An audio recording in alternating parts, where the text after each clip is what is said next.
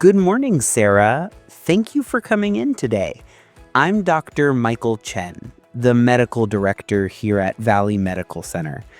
I've had a chance to review your resume, and I'm impressed with your background. Before we dive into the interview, could you tell me a bit about yourself and what drew you to apply for this senior medical assistant position? Good morning, Dr. Chen. Thank you for having me. I'm Sarah Martinez, and I've been working as a medical assistant for 8 years, with the last 3 years in a supervisory capacity. I'm certified through both the AMT and AAMA, and I have specialized training in phlebotomy and EKG interpretation. What drew me to this position is the opportunity to take on more leadership responsibilities while continuing to provide direct patient care, which is my passion. That's excellent. This interview will cover several areas, including your clinical experience, leadership capabilities, and how you handle various scenarios. We're looking for someone who can not only excel in patient care, but also mentor junior staff and contribute to our quality improvement initiatives. Let's start with your clinical background. Can you walk me through your experience with patient assessment and vital signs monitoring? Certainly. In my current role, I conduct comprehensive patient assessments, including vital signs, height, weight, and BMI calculations. I'm proficient in manual and automated blood pressure measurement, and I've been trained to recognize abnormal readings that require immediate physician attention. I also perform pulse oximetry, temperature monitoring, and I'm skilled in both radial and apical pulse assessment. How do you handle a situation where a patient presents with critically abnormal vital signs? My first priority is patient safety. If I encounter critically abnormal vitals, for example, a blood pressure reading over 180/110, a heart rate below 50 or above 120 at rest, or oxygen saturation below 90%, I immediately alert the physician while keeping the patient calm. I would repeat the measurement to confirm accuracy, document everything precisely, and be prepared to assist with emergency interventions if needed. Tell me about your experience with medication administration and injection techniques. I'm certified to administer medications via oral, intramuscular, subcutaneous, and intradermal routes. I'm particularly experienced with immunizations. I've administered thousands of vaccines, including flu shots, COVID-19 vaccines, and childhood immunizations. I always follow the 6 rights of medication administration, maintain proper cold chain for vaccines, and I'm skilled in managing patients with needle phobias or anxiety. How do you stay current with changes in vaccination schedules and recommendations? I regularly review updates from the CDC and participate in continuing education programs. I subscribe to professional journals and attend webinars focused on immunization best practices. I also work closely with our pharmacy to ensure we're following the latest guidelines for vaccine storage and administration. What's your experience with laboratory procedures and specimen collection?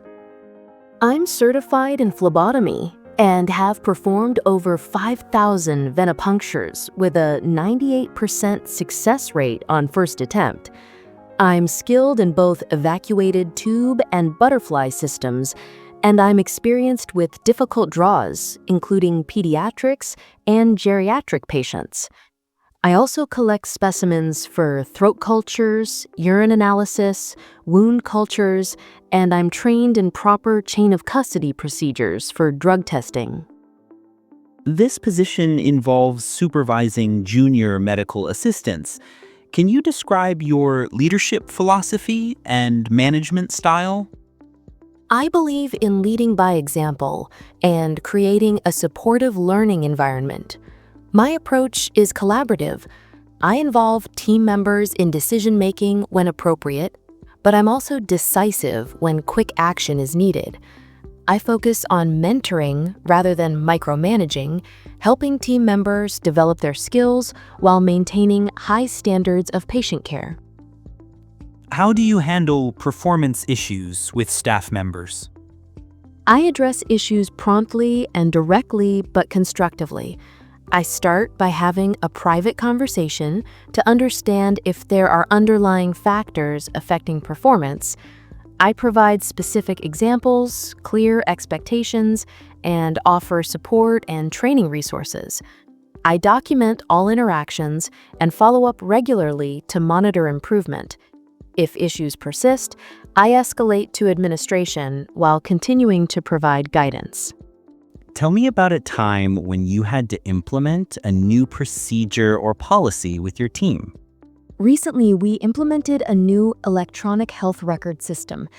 I created a training schedule that accommodated different learning styles, developed quick reference guides, and established a buddy system pairing experienced staff with those who needed extra support.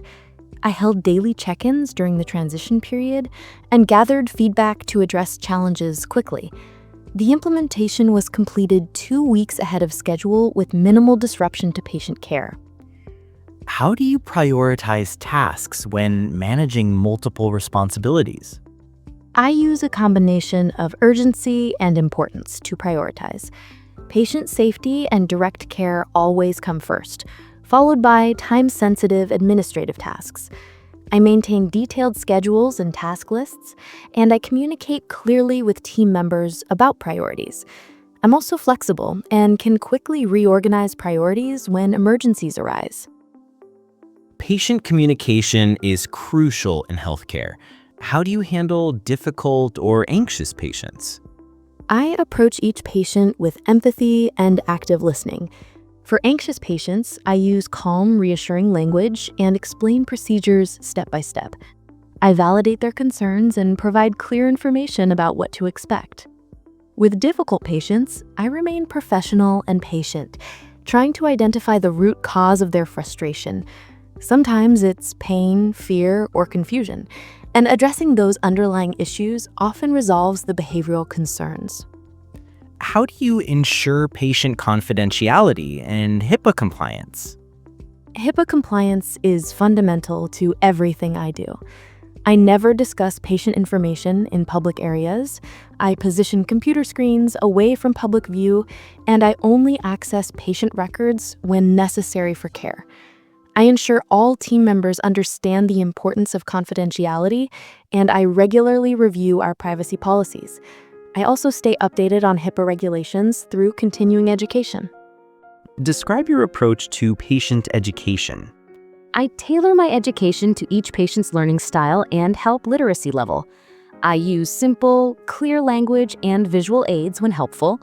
I always check for understanding by asking patients to repeat back key information. I provide written materials when appropriate and ensure patients know how to contact us with questions. I also coordinate with other healthcare providers to ensure consistent messaging. How do you handle cultural differences and language barriers? I respect cultural diversity and work to provide culturally competent care. I'm bilingual in Spanish and English, which helps with many of our patients. For other languages, I utilize professional interpreter services and never rely on family members for medical interpretation. I'm also sensitive to cultural preferences regarding gender of healthcare providers, eye contact, and personal space. Quality improvement is a key focus for our organization.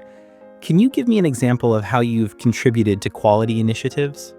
In my current position, I noticed our no-show rate for follow-up appointments was higher than desired. I analyzed the data and found that patients weren't receiving adequate reminders. I implemented a multi-touch reminder system, including phone calls, text messages, and emails, and I worked with staff to improve our patient education about the importance of follow-up care. We reduced our no-show rate by 35% over 6 months. How do you ensure compliance with infection control protocols? Infection control is critical for patient and staff safety. I strictly follow hand hygiene protocols, use appropriate personal protective equipment, and ensure proper sterilization of equipment. I conduct regular audits of our infection control practices and provide ongoing education to staff. I also stay current with CDC guidelines and participate in our facility's infection control committee. Tell me about your experience with medical coding and billing support. I have experience with ICD-10 and CPT coding basics, which helps me ensure accurate documentation for billing purposes. I understand the importance of detailed, specific documentation, and I work closely with our billing department to clarify any questions.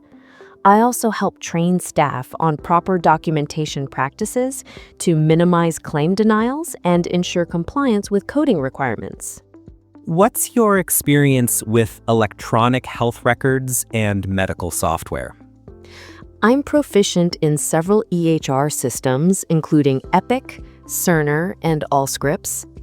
I'm comfortable with patient registration, appointment scheduling, lab result management, and clinical documentation. I also have experience with practice management software, and I'm skilled in generating reports and analyzing data for quality improvement purposes. How do you ensure accurate and timely documentation? I document in real time whenever possible to ensure accuracy and completeness. I use standardized terminology and follow our documentation policies strictly. I double-check all entries before finalizing them, and I regularly review documentation for completeness and clarity. I also mentor junior staff on proper documentation practices to maintain consistency across the team. How would you handle a medical emergency in the office? I would immediately assess the situation and call for physician assistance while beginning appropriate first aid measures. I'm certified in CPR and basic life support, and I'm trained to recognize signs of stroke, heart attack, and other emergency conditions. I would ensure someone calls 911 if needed, while I provide support to the patient and assist the physician with emergency interventions. I would also manage other patients and staff to maintain a calm environment. Describe a challenging situation you've encountered and how you resolved it. We once had a situation where a patient had a severe allergic reaction to a medication in our office. I immediately recognized the symptoms, alerted the physician, and prepared emergency medications, including epinephrine. I monitored the patient's vital signs while coordinating with emergency services and keeping the patient's family informed.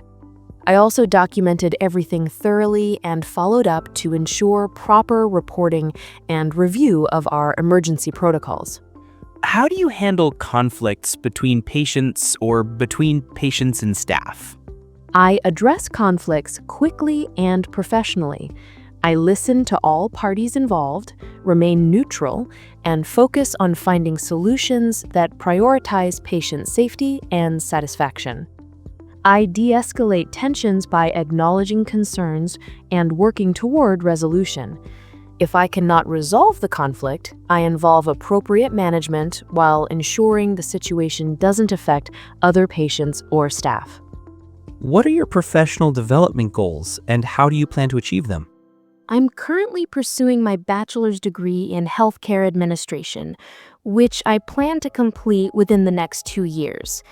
I'm also interested in obtaining additional certifications in areas like medical coding or practice management. Long-term, I'd like to move into a practice management role while maintaining my clinical skills. I achieve these goals through continuing education, professional networking, and seeking mentorship opportunities. How do you stay current with changes in healthcare regulations and best practices? I maintain my certifications through continuing education requirements, attend professional conferences when possible, and participate in webinars and online training programs. I'm a member of the American Association of Medical Assistants and regularly read professional journals. I also participate in our facility's quality improvement meetings and collaborate with other healthcare professionals to share best practices. Let's go through a few scenarios. A patient calls and wants to know their lab results, but the physician hasn't reviewed them yet. How do you handle this?